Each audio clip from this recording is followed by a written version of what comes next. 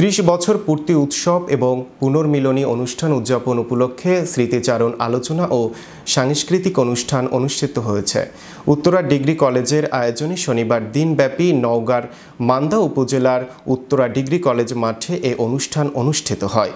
উক্ত অনুষ্ঠানে উত্তরা ডিগ্রি কলেজের সভাপতি অ্যাডভোকেট মিজানুর রহমানের সভাপতিত্বে প্রধান অতিথি হিসেবে উপস্থিত ছিলেন রাজশাহী বিশ্ববিদ্যালয়ের কোষাধ্যক্ষ প্রফেসর ডক্টর মতিয়ার রহমান।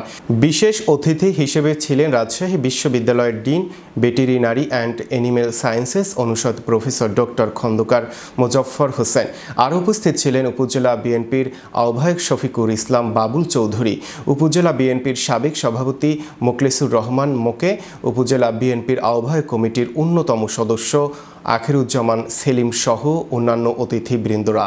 অনুষ্ঠানে পায়রা উড়িয়ে জাতীয় সঙ্গীত, কোরআন তিলাওয়াত ও হিন্দু ধর্মাবলম্বীদের গীতা পাঠের মধ্য দিয়ে অনুষ্ঠানটি শুরু করা হয়। পরে স্মৃতিচারণ আলোচনা সভা ও মধ্য বঙ্গভোজের মাধ্যমে অনুষ্ঠানটির প্রথম অধিবেশন শেষ হয় এবং বিকেল 4টা থেকে সন্ধ্যা পর্যন্ত সাংস্কৃতিক অনুষ্ঠানের মধ্য দিয়ে অনুষ্ঠানটি সমাপ্ত করা হয়।